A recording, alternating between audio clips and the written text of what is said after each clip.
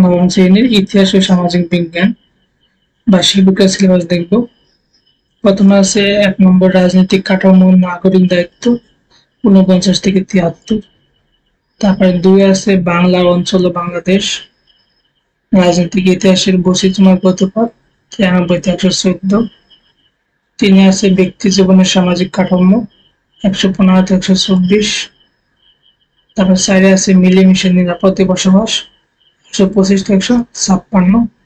আর 5 আছে সম্পদের উৎপাদন বন্টন ও সমতার নীতি 157 থেকে 183।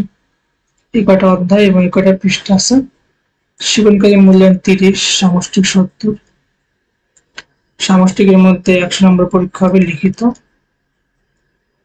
এমসিকিউ থাকবে 15টা আর এক কথা উত্তর 10টা।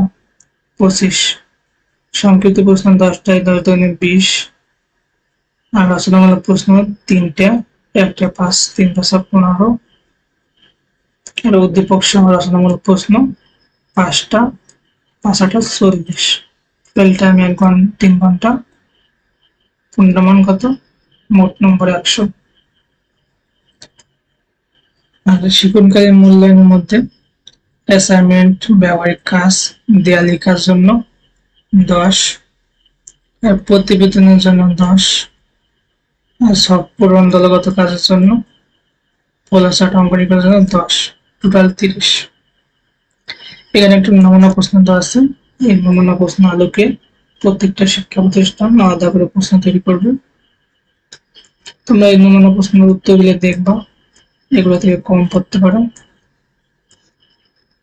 তারপর এখানে এক কথা উত্তর 10টায় 10, এগুলো মুখস্থ করবা। সংক্ষিপ্ত প্রশ্ন 10টায় কত 20, একটা 2 করে।